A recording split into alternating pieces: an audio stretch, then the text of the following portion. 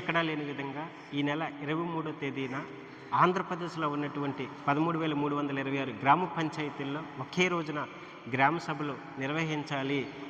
ఆంధ్రప్రదేశ్ పంచాయతీరాజ్ గ్రామీణాభివృద్ధి విషయంలో ఇటువంటి గొప్ప విప్లవాత్మకమైన మార్పుకి నాంది పలికిన రోజుగా అభివర్ణించవచ్చు.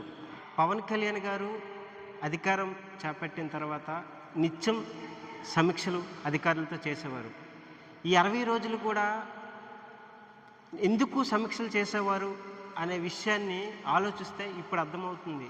గ్రామ సభలో మహాత్మా గాంధీ జాతీయ ఉపాధి హామీ పథకంలో ప్రతి కూలి కుటుంబానికి సంవత్సరంలో 100 రోజులు పని కల్పించే విధంగా అవగాహన కల్పించడం, 2024-25 ఆర్థిక సంవత్సరంలో జాతీయ ఉపాధి హామీ పథకంలో ఇటువంటి పనులు చేపట్టడానికి అవకాశం ఉంది, అవి గ్రామానికి ఉపయోగపడే విధంగా ఉన్నాయా లేవా అనే విషయాలు గ్రామ సభలో చర్చించడం, గ్రామాల్లో 46 రకాల పనులు చేపట్టవచ్చు అనే విషయం ఇంతవరకు అసలు ఎవరు ఊహించలేదు. అంటే పవన్ కళ్యాణ్ గారు తీసుకున్న నిర్ణయాలు చాలా గొప్పగా ఉంటున్నాయి. రీసెంట్గా చూసాం, ఆగస్టు 15 స్వాతంత్ర దినోత్సవ సందర్భంగా 5,000 జనాభా లోపల ఉన్నటువంటి వారికి 10,000 రూపాయలు, 5,000 జనాభా పైబడిన గ్రామాలకి 25,000 రూపాయల ఆర్థిక సాయం. అంటే ఒక గ్రామానికి 100 రూపాయలు 5,000 జనాభా లోపు ఉంటే, 5,000 జనాభా పైబడి ఉంటే 250 రూపాయలు ఇస్తున్నారనే విషయం ఈ 34 సంవత్సరంలో ఎప్పుడూ మనం ఊహించిన విధంగా, అంటే గ్రామాలకి ఎంత ప్రాధాన్యత ఇస్తున్నారు.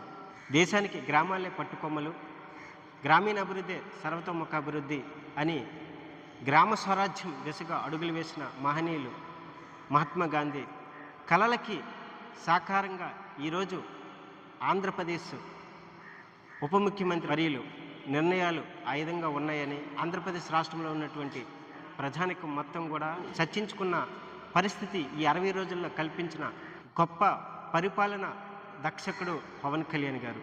గత ప్రభుత్వంలో మనం చూసాం, అసలు ఈ శాఖలలో అసలు ఏం జరుగుతుంది, అసలు సర్పంచులకు సరైన ప్రాధాన్యత ఉందా, సర్పంచులు సాహసోపేతమైన నిర్ణయాలు గ్రామాల్లో తీసుకున్నారా అంటే అసలు గత 5 సంవత్సరాల్లో ఎటువంటి నిర్ణయాలు తీసుకోలేదు. కానీ పరిపాలన చేపట్టిన 60 రోజుల వ్యవధిలోనే సర్పంచుల గురించి గ్రామాల్లో టాక్ నడుస్తున్న పరిస్థితి ఈరోజు పవన్ కళ్యాణ్ గారు కల్పించారు.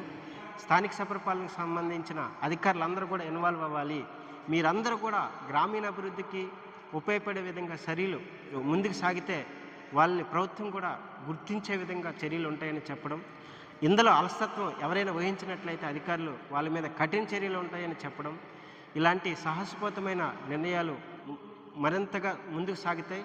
ఇటువంటి నిర్ణయాలు ముందుకు సాగినట్లయితే ఆంధ్రప్రదేశ్ రాష్ట్రం దేశంలోనే నంబర్ 1 ముఖ్యంగా పంచాయతీరాజ్ గ్రామీణాభివృద్ధిలో ఉంటుందని ఆంధ్రప్రదేశ్ ప్రజలందరూ కూడా చర్చించుకునే పరిస్థితి కల్పించిన గొప్ప పరిపాలన దక్షకుడు పవన్ కళ్యాణ్ గారు.